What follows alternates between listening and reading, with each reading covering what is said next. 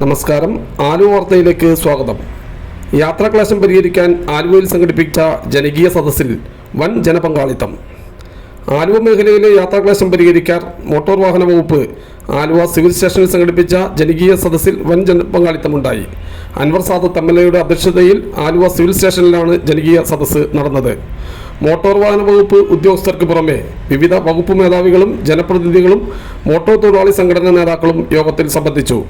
ഗതാഗത സൗകര്യമില്ലാത്തിടത്ത് പുതിയ പെർമിറ്റുകൾ അനുവദിക്കുന്നതിനുള്ള അപേക്ഷകൾ സ്വീകരിക്കാനും സൗകര്യമുണ്ടായി. പൊതുഗതാഗതവുമായി ബന്ധപ്പെട്ട മറ്റ് വിഷയങ്ങളും യോഗത്തിൽ ചർച്ചയായി. നഗരസഭാ ചെയർമാൻ MO ജോൺ, വിവിധ പഞ്ചായത്ത് പ്രസിഡന്റുമാരായ Rajeev Santhosh, Jaya Muraleedharan, joint RTO KS Bineesh എന്നിവരും സംബന്ധിച്ചു. ട്രാഫിക് ബ്ലോക്ക് മാറ്റാൻ വേണ്ടി നമുക്ക് പറയാം. നമ്മുടെ നിരന്തരമായ ബ്ലോക്ക് എന്ന് വെച്ചാൽ കുളിഞ്ചോടുകൂടി ഞങ്ങൾ പറവൂർക്കാരെ ബ്ലോക്കാണ്.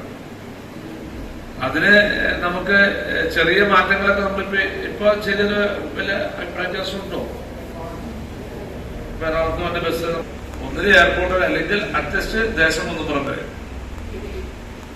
രണ്ട് പാലം കവർ ചെയ്ത് നമുക്ക് എലിവേറ്റഡ് ഹൈവേ ആണെങ്കിൽ ഏറ്റവും ബെസ്റ്റ് ആയിട്ട്, അല്ലെങ്കിൽ നമുക്ക് മൂന്നാമതൊരു പാലം നമുക്ക് വേണ്ടി.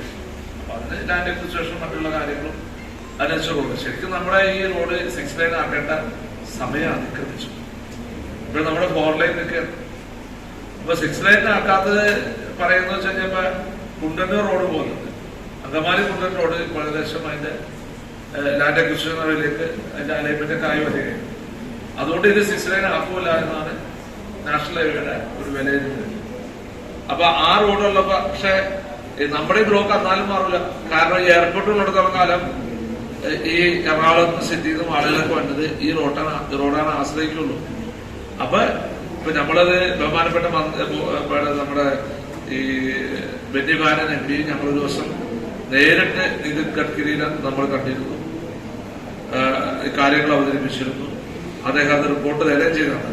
ബഹുമാനപ്പെട്ട മുഖ്യമന്ത്രിയുടെ ശ്രദ്ധയിൽ മുഖ്യമന്ത്രി കഴിഞ്ഞ ദിവസം എല്ലാ ജില്ലയിലെ MLA വിളിച്ചപ്പോൾ അതിനകത്ത് സ്പെഷ്യലായിട്ട് ഞാൻ ഈ കാര്യം ഉന്നയിച്ച മുഖ്യമന്ത്രി നമുക്ക് പ്രത്യേകം പരിഗണിക്കാം. കാരണം സംസ്ഥാനത്തിന്റെ ഒരു സപ്പോർട്ട് ഉണ്ടായാലാണ് സ്വാഭാവികമായിട്ടും ഇടപെടലുണ്ടായാൽ മാത്രമാണ് നമുക്ക് ആ എലിവേറ്റർ ഹൈവേ ഇങ്ങനെയുള്ള കാര്യങ്ങൾ നമുക്ക് നടപ്പിലാക്കാൻ പറ്റുള്ളൂ.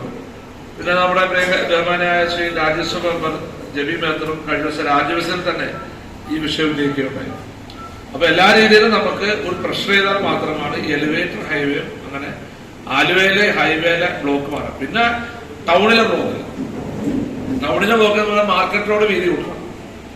അതിന് നമുക്ക് പൈസ ആവശ്യം. അപ്പൊ അത് സർക്കാരിന്റെ അടുത്ത് നമ്മള് പല ബഡ്ജറ്റിൽ എഴുതി കൊടുത്ത് കിട്ടിയിട്ടില്ല. പക്ഷെ ഇപ്പോഴും നമ്മളതിന് ഫയൽ മൂവ് ചെയ്യുന്നുണ്ട്. ധനകാര്യമന്ത്രിയും PWD മിനിസ്റ്ററും ഒക്കെ വളരെ പോസിറ്റീവായിട്ടാണ് അതിനെ ഇപ്പൊ സമീപിച്ചേക്കുന്നത്. അതാണ് നമുക്ക് അത് ഏകദേശം 10 കോടി രൂപ വരും. കാര്യം 400 മീറ്റർ ഉള്ളൂ. പക്ഷെ അവിടുത്തെ ലാൻഡ് വാല്യൂ അനുസരിച്ച് ലാൻഡ് അക്വിസിഷൻ വേണമല്ലോ. അപ്പൊ ആ ലാൻഡ് വാല്യൂ നല്ല പൈസ വരും. അപ്പൊ അതിനൊരു ഫയൽ ഇപ്പൊ നമ്മൾ മൂവ് ചെയ്തിട്ട് അത് രീതി കൂട്ടായി കഴിഞ്ഞാൽ ആലുവ ടൗണിലെ അത്യാവശ്യം ബ്ലോക്ക് നമുക്ക് മാറ്റിയെടുക്കാൻ സാധിക്കും.